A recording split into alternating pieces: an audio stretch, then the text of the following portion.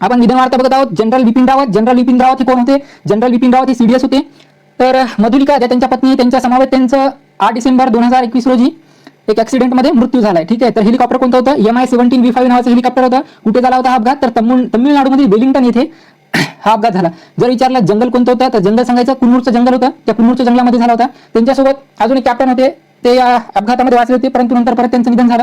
तर त्यांचं नाव काय होतं? त्यांचं नाव होतं वरुण सिंग. ठीक आहे. त्याच्यानंतर बिपिन रावत यांच्याबद्दल बघूया. ते मूळ कुठले होते? तर ते होते उत्तराखंडचे. त्यांनी NDA मध्ये त्यांचं प्रशिक्षण झालं. त्यानंतर 11व्या गोरखा रायफलच्या 5व्या बटालियनमध्ये होते. इव्हन त्यांचे वडील सुद्धा यामध्ये होते. त्याच्यानंतर पुढे बघूत आपण त्यांच्याबद्दल. त्यांनी कोणकोणते पदे भूषवलेली होती? तर त्या पदांमध्ये चीफ ऑफ डिफेन्स CDS 1 जानेवारी 2020 पासून ते 8 डिसेंबर 2020 पर्यंत त्यांनी ते पद भूषवलं होतं. ते लष्कर प्रमुख सुद्धा होते. लष्कर प्रमुख हे पद होतं त्यांच्याकडे चीफ ऑफ स्टाफ कमिटीचे अध्यक्ष सुद्धा ते राहिलेले. तर ते लष्कराचे उपप्रमुख सुद्धा राहिलेले. अशा विविध प्रकारचे पद त्यांनी भूषवलेली. त्यानंतर त्यांना मीडिया स्ट्रॅटेजिक स्टडी बद्दल त्यांनी PhD केलेली. आता जो हा ऍक्सिडेंट झाला याबद्दल एक कमिटी बसवण्यात आली होती. त्या कमिटीचे अध्यक्ष कोण होते?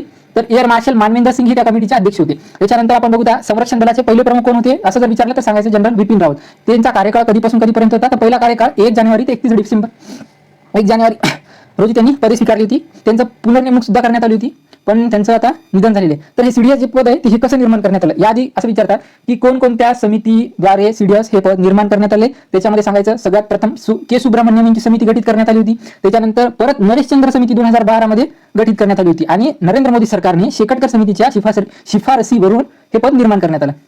त्यानंतर एवढं काय महत्त्वाचं नाही की हे 4 स्टार असतात, हे एक महत्त्वाचं आहे. त्याच्यानंतर यांची कार्य काय असतात? त्या कार्यामध्ये ते तिन्ही लष्करांना ते जवळपास सल्ला देतात किंवा राष्ट्रीय सुरक्षा सल्लागाराच्या अध्यक्षतेखाली संरक्षण नियोजन समितीचे सदस्य पण असतील असं काही. त्याच्यानंतर सगळ्यात महत्त्वाचं हे जे MI-17V5 हेलिकॉप्टर आहे हे भारताने कोणत्या देशाकडून घेतलं होतं? तर त्याचं उत्तर आहे रशियन देश त्यांच्याकडून घेतलं होतं. ती कझान नावाची कंपनी होती. पुढे बघूत आपण. पुढे नेक्स्ट आहे बाबासाहेब पुरंदरे यांचं सुद्धा निधन झालेलं आहे 25 नोव्हेंबर रोजी. तर हे पुण्याचे होते. बळवंत मोरेश्वर पुरंदरे यांचे पुस्तकं महत्त्वाचे आहेत आणि यांना कोणता पुरस्कार भेटला हे महत्त्वाचं आहे. ठीक आहे. तर यांच्या पुस्तकामध्ये जे आहे जे छत्रपती शिवाजी महाराजांवर यांनी पुस्तक लिहिलेले आहे. तर ते पुस्तक महत्त्वाचं आहे.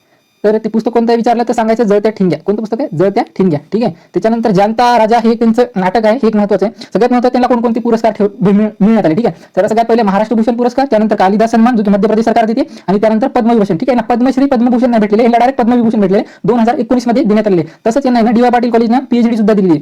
एवढंच महत्त्वाचं आहे. आणि त्यांचे काय पुस्तक आहेत ते थोडंसं बघूया. त्याच्या महत्त्वाच्या पुस्तकामध्ये हे की जानता राजा एक नाटक, त्यानंतर हे बेल भंडार नावाचं एक सच्चरित्र आहे. त्याच्यानंतर यांनी दादर नागर हवेलीमध्ये जे मुक्ती संग्राम झाला त्याच्यामध्ये यांनी भूमिका बजावली होती का असं जर विचारलं तर सांगायचं हो. ठीक आहे. डन. तिथं हो किंवा नाही असं स्टेटमेंट येईल तर डन करून टाकायचं तिथं. त्यानंतर शेलारखिंड नावाची कादंबरी यांची आहे का विचारलं तर हो सांगायचं. सर्जा हा चित्रपट त्यावर निघालेला आहे. परत एकदा बघून महत्त्वाचे कोणकोणते पुस्तक होते किंवा नाटक होते? एक म्हणजे जानता राजा एक आहे, दुसरं बेल भंडार आणि तिसरं म्हणजे शेलारखिंड. ठीक आहे. तीनच महत्त्वाचे, बाकीचे लक्षात नाही ठेवले तरी सुद्धा चालते. त्यानंतर आपण सुंदरलाल बहुगुणाकडे. हे सुंदरलाल बहुगुणा कोण आहे? तर हे एक सामाजिक कार्यकर्ते आहेत. ते उत्तराखंडमधून येतात. गांधीवादी कार्यकर्ते किंवा पर्यावरणवादी असं म्हणू शकतो. तर पर्यावरण संरक्षणासाठी एक आंदोलन झालं होतं, आपण त्याला चिपको आंदोलन म्हणून सुद्धा ओळखतो. 1973 मध्ये झालेलं होतं. त्याच्यामध्ये त्यांच्यासोबत सहकारी म्हणून कोण होती? तर गौरदेवी होती. त्याच्यानंतर परत हे सुद्धा विचारू शकता की त्यांचा टेहरी आंदोलनामध्ये समावेश होता का, त्यांचा नर्मदा बचाव आंदोलनामध्ये समावेश होता का? तर होता. चिपको आंदोलन, नर्मदा आंदोलन आणि टेहरी धरणाच्या विरोधात. ठीक आहे. यांचं म्हणणं होतं की ecology is a permanent economy. ठीक आहे. इकॉलॉजी खूप महत्त्वाची आहे इकॉनॉमीसाठी. त्यानंतर त्यांना कोणकोणते पुरस्कार भेटले होते आणि त्यांची पुस्तकं कोणती हे महत्त्वाचं राहतं. सगळ्यात महत्त्वाचा पुरस्कार पद्मश्री पुरस्कार, जो की त्यांनी नाकारला होता. पद्मविभूषण आणि पद्मभूषण असं सुद्धा एक पुरस्कार असतो, पण पद्मभूषणचा यांचा काही संबंध नाही. यांना थेट पद्मविभूषण देण्यात आला 2009 मध्ये. कधी देण्यात आला? तर 2009 मध्ये पद्मविभूषण हा पुरस्कार देण्यात आला. पद्मभूषण देण्यात आले नाही. 3 पुरस्कार असतात, पद्मश्री, पद्मभूषण, पद्मविभूषण. तर पद्मश्री यांनी नाकारला, पद्मभूषण देण्यात आला नाही आणि पद्मविभूषण 2009 मध्ये देण्यात आला.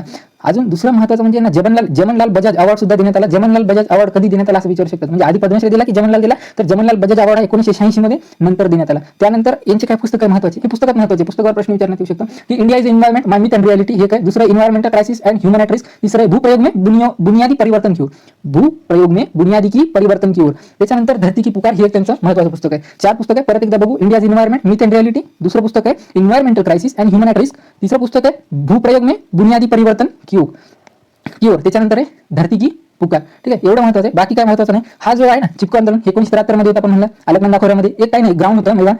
एक मैदान बनवण्यासाठी एका कंपनीला जमीन देण्यात आली होती.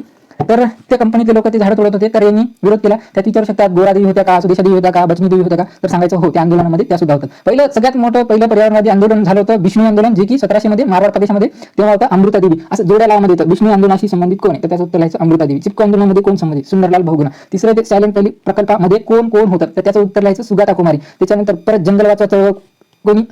सुरू केली ती बिहारमध्ये, तर सिंगभूमच्या जमातीने. अप्पिको आंदोलन कुठे झालं तर कर्नाटकमध्ये लक्ष्मी नरसिंहन यांनी केलं. टेहरी आंदोलनामध्ये परत सुंदरलाल बहुगुणा, ठीक आहे, नर्मदा बचावमध्ये परत सुंदरलाल बहुगुणा आणि त्याच्यात मेघा पाटकर ही सगळ्यात महत्त्वाची भूमिका होती. 1980 पासून हे आंदोलन अजूनही चालू आहे. त्यानंतर येतात सोली सोराबजी. सोली सोराबजी या व्यक्तींबद्दल बघता, हे कोण होते? सोली सोराबजी हे भारताचे महान्यायवादी होते, म्हणून हे सगळ्यात महत्त्वाचे.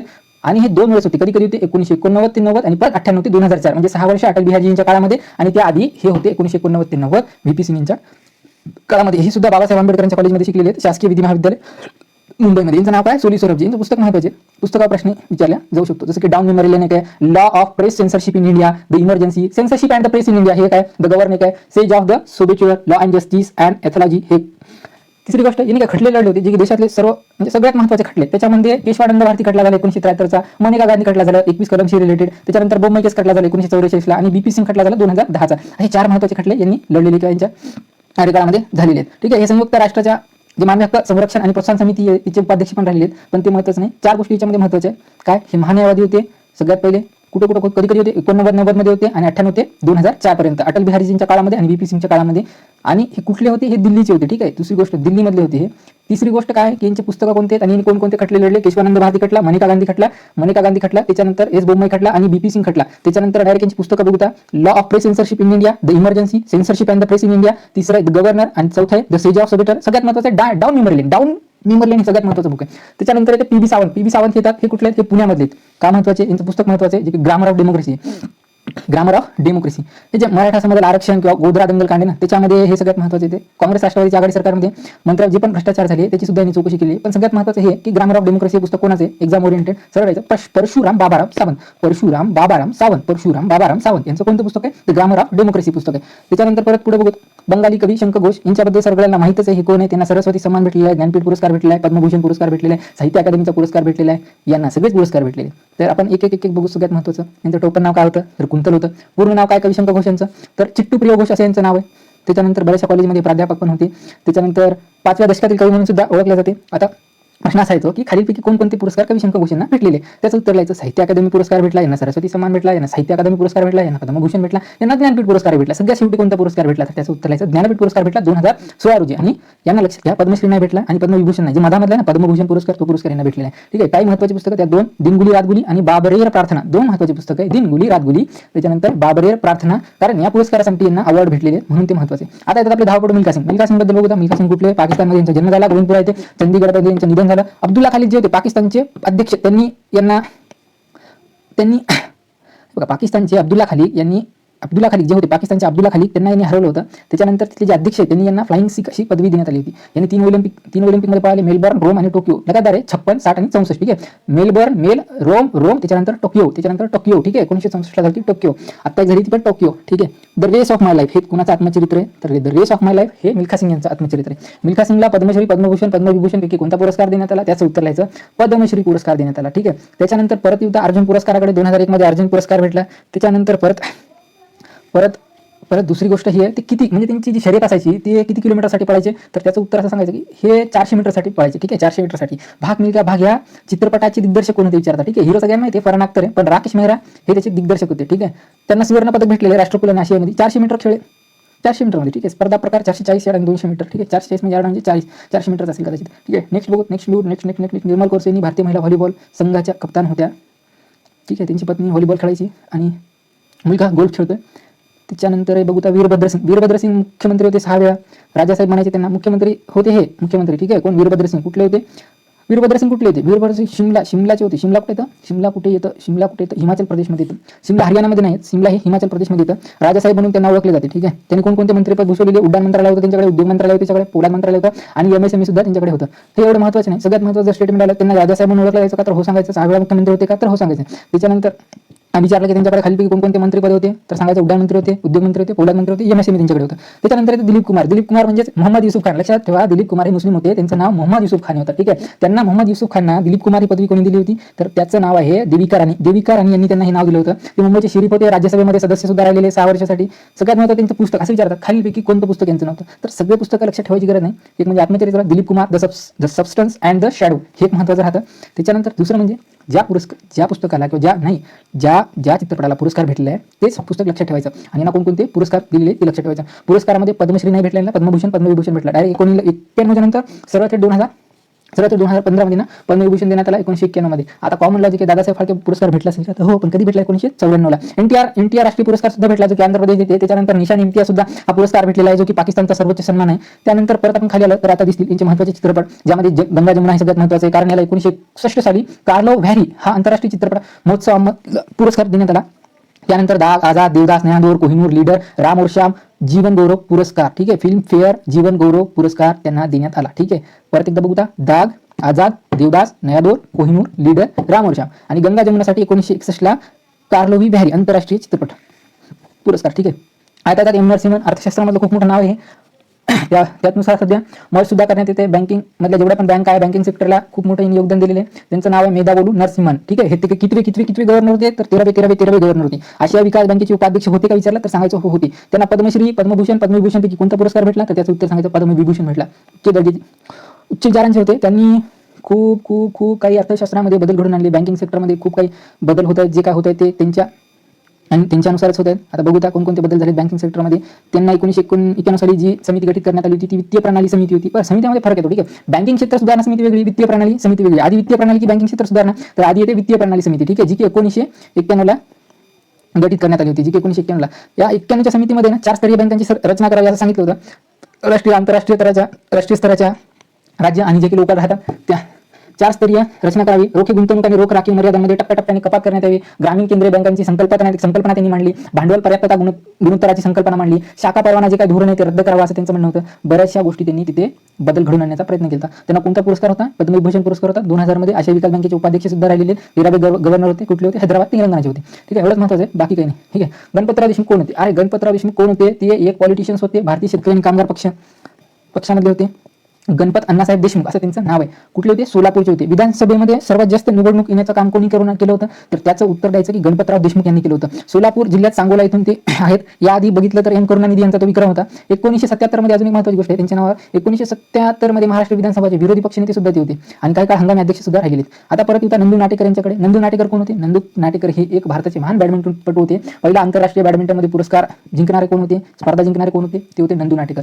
नंदू नाटेकर यांना अर्जुन पुरस्कार कधी भेटलेला आहे? अर्जुन पुरस्कार 1961 ला भेटलेला आहे. हिंदुस्तान पेट्रोलियम मध्ये त्यांनी नोकरी सुद्धा केली. महाराष्ट्र बॅडमिंटनचे अध्यक्ष सुद्धा राहिले. परत आता नंतर नेक्स्ट येते सतीश टाळसेकर यांचं निधन झालेले. कोण होते? प्रसिद्ध लेखक होते.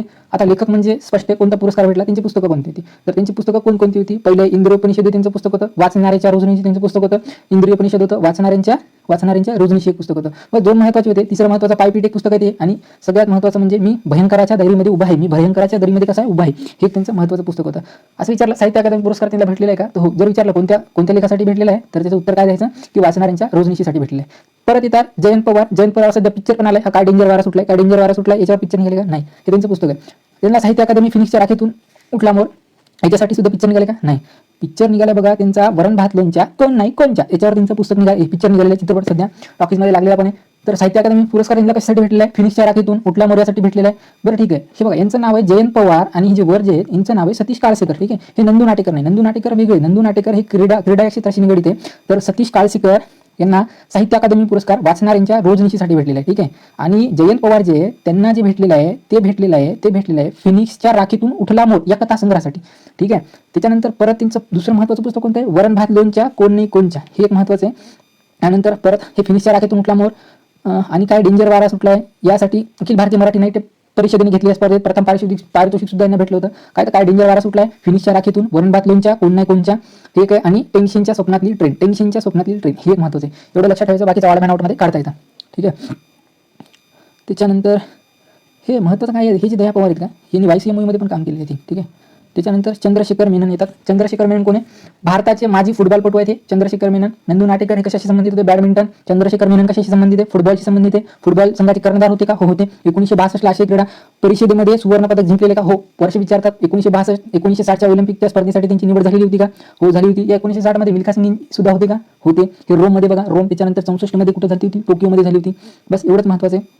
त्यानंतर येतात कल्याण सिंग कुठले उत्तर प्रदेश कोणत्या क्षेत्राशी निगडीत आहे कल्याण सिंग पॉलिटिक्समध्ये जेव्हा बाबरी मस्जिद पाडण्यात आली होती कोण मुख्यमंत्री होते कल्याण सिंग मुख्यमंत्री होते भारतीय जनता पक्षामध्ये होते का हो होते यांचे दोन पक्ष बी होते दुसरे राष्ट्रीय क्रांती पार्टी आणि दुसरे जनक्रांती पार्टी दोनदा यांनी बीजेपी सोडली होती का हो दोनदा बीजेपी सोडली होती ठीक आहे त्याच्यानंतर राजस्थानचे राज्यपाल राहिलेले आहेत का तर त्याचं उत्तर सांगायचं हो राज्यपाल पण राहिलेले होते तर बाबरी मस्जिद कधी पाडण्यात आली बाबरी मस्जिद 6 डिसेंबर 1992 रोजी पाडण्यात आली तेव्हा ते तिथले मुख्यमंत्री होते आता येतात मायकल कॉलिस कोण होते नील आर्मस्ट्रॉंग तर सगळ्यांना माहितच आहे त्यांच्यासोबत हे पण होते त्या मोहिमेमध्ये त्याच्यामध्ये अजून दोन व्यक्ती होते ते म्हणजे मायकल कॉलिस आणि एडविन कॉल्ड्रिन त्याच्यामध्ये हे मायकल कॉलिस जे हे मायकल कॉलिसचा प्रश्न आला तर काय येऊ शकतं ही नेमकं कोणत्या देशाचे हे कोणत्या देशाचे हे इटलीचे हे अमेरिकेचे आहेत का असा प्रश्न विचारला नाही सांगायचं हे रोममधल्या इटलीमधले दुसरा प्रश्न काय विचारू शकतो यांचं पुस्तक कोणतं यांचं पुस्तक यांनी का पुस्तकावर लिहिले का हो लिहिले आहे क्राईंग द फायर हे त्यांचं आत्मचरित्र आहे क्राईंग द फायर हे त्यांचं आत्मचरित्र त्यांना कोणत्या नावाने ओळखले जाते फॉरगॉटन ॲस्ट्रोनॉट ऑफ अपोलो 11 या नावाने सुद्धा त्यांना ओळखले जाते ठीक आहे यांच्याबद्दल दोन गोष्टी महत्त्वाचे कोणत्या देशाचे होते रोम इटलीचे होते दुसरं काय महत्त्वाचे कोणतं पुस्तक लिहिलेले क्राईंग द फायर हे त्यांचं आत्मचरित्र आहे फॉरगॉटन ॲस्ट्रोनॉट ऑफ अपोलो 11 म्हणून सुद्धा त्यांना ओळखले जाते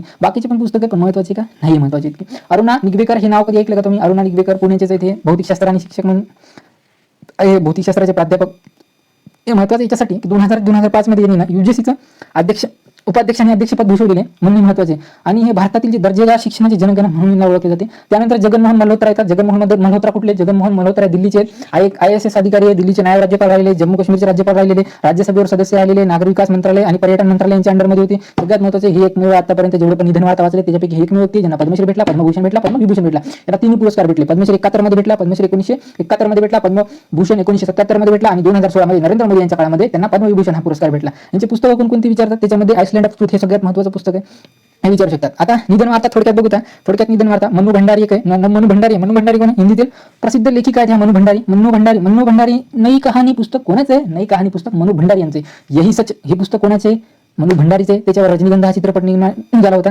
एक कहाणी ये बी साठी त्यांना व्यास सन्मान पुरस्कार भेटलाय व्यास सन्मान पुरस्कार कोण देते कोणत्या राज्याची सरकार देते ती कमेंटमध्ये सांगा त्यानंतर वॉल्टर पिंटो यांच्याबद्दल बघूया हे वॉल्टर पिंटो कोण आहे 14व्या इन्फंट्रीचे त्यांनी नेतृत्व केले होते विक्टर ऑफ बसंत अशी त्यांची ओळख आहे हे काय एवढं महत्त्वाचं नाही त्याच्यानंतर हे MS नरसिंहन कोण आहे MS नरसिंहन हे कर्नाटकमधील एक प्रसिद्ध गणितज्ञ नरसिंहन शेषाद्री प्रमेयासाठी ते प्रसिद्ध आहे त्यांना किंग फैजल आंतरराष्ट्रीय पुरस्कार भेटला आहे किंग फैजल आंतरराष्ट्रीय पुरस्कार नरसिंहन यांना भेटलेला आहे का तर त्याचं उत्तर सांगायचं हो भेटलेलं आहे बघा कर्नाटकचे नरसिंहन वेगळे आहे आणि ते नरसिंहन वेगळे ते नरसिंहन अर्थशास्त्राशी निगडीत आहेत हे नरसिंहन गणित प्रमेयाशी निगडीत आहे किंग फैजल पुरस्कार यांना भेटलेला आहे त्यांना किंग फैजल पुरस्कार भेटला नाही त्यांना फक्त पद्मविभूषण पुरस्कार दिला बाकी काही दिलं नाही त्यांना एवढं मोठं योगदान तरी पण यांना पद्मभूषण पुरस्कार भेटला का या नरसिंहनला यांना भेटला पद्मभूषण पण यांना पद्मविभूषण पुरस्कार नाही भेटला बरं यांना पद्मभूषण पुरस्कार भेटला 1990 साली ठीक आहे रामानुजन अवॉर्ड पण भेटला असेल बरेचसे मॅथमॅटिक्स मध्ये अवॉर्ड भेटला असेल किंग फैजल आंतरराष्ट्रीय पुरस्कार भेटला बस एवढं महत्त्वाचं हे बुट्टा सिंग येतात बुट्टा सिंग कोण आहे 8 वेळा लोकसभेचे खासदार राहिले कुठले पंजाबचे नवी दिल्लीमध्ये त्यांचा जन्म झाला होता हे बरेचसे मंत्रालय भूषवलेले पण सगळ्यात महत्त्वाची गोष्ट हे राष्ट्रीय अनुसूचित आयोगाचे अध्यक्ष राहिलेले त्याचा कार्यकाळ काय ते सांगा म्हणतात 2007 ते 10 पर्यंत हे राष्ट्रीय अनुसूचित आयोगाचे हे अध्यक्ष सुद्धा राहिलेले त्याच्यानंतर न्यायमूर्ती M राम जोईस महत्त्वाचं नाही उस्ताद गुलाम मुस्तफा खान कोणत्या क्षेत्राशी निगडीत आहे असं विचारतात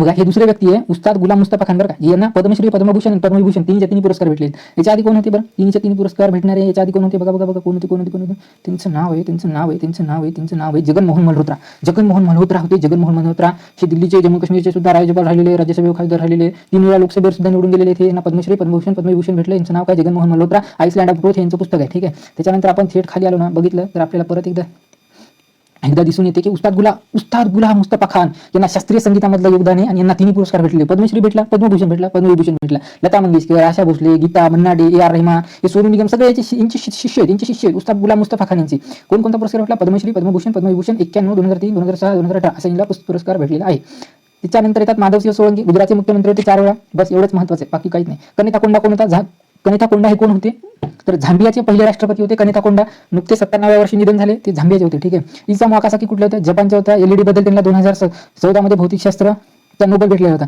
त्यानंतर काय महत्त्वाचे का त्यानंतर हे दानिश सिद्दीकी होते हे एक पत्रकार होते गेले हुशारी करायला अफगाणिस्तानमध्ये तर तिथे रॉयटर्स इंडियाचे मुख्य छायाचित्रकार म्हणून गेले तिथे अफगाणिस्तानच्या लोकांनी त्यांच्यावर हल्ला केला त्याच्यात ते मुक्ती पडले 2018 मध्ये त्यांना रोहिंग्याच्या निर्वासितांचा फोटो काढला त्यांनी म्हणून त्यांना पुलिसचा पुरस्कार भेटला होता आता अजून खाली जर गेलो ना तर हे पद्मा सुखदेव एक महत्त्वाचं आहे यांची भाषा महत्त्वाची आहे पद्मा सुखदेव यांनी कोणत्या भाषेमध्ये इथे लँग्वेज बदलली जाते मराठी हिंदी इंग्रजी गणित काहीतरी करतील तर तिथे सांगायचं डोंगरी भाषेतच होते डोंगरी भाषेत दुसरे महत्त्वाची गोष्ट स्टेटमेंट येते मेरी कविता मेरी गीत कोणाचं होतं ते सुद्धा पद्मा सचदेव यांचं होतं 1971 मधलं त्यांना पद्मश्री भेटला की पद्मविभूषण भेटला की पद्मश्री भेटला काय भेटलं तर पद्मश्री पुरस्कार भेटला 2001 मध्ये भेटला सरस्वती सन्मान भेटला का तर सांगायचं हो सरस्वती आता काही लोक आहेत असे त्याच्याबद्दल आपण बघू असं डायरेक्ट विचारलं जातं की ते कोणत्या क्षेत्राशी निगडीत आहे तर यशपाल शर्मा कोणत्या क्षेत्राशी निगडीत आहे क्रिकेटशी निगडीत 10 डेक्टर्स कोणत्या देशाचे इंग्लंडचे कोणत्या क्षेत्राशी निगडीत आहे क्रिकेट क्षेत्राशी निगडीत आहे परत बरं, चंद्रा नायडू कोणत्या क्षेत्राशी निगडीत? क्रीडा क्षेत्राशी निगडीत आहे. क्रीडेमध्ये त्या समालोचक राहिले. कोण? चंद्रा नायडू. त्याच्यानंतर सुमित्रा भावे, कृष्णा शेट्टी.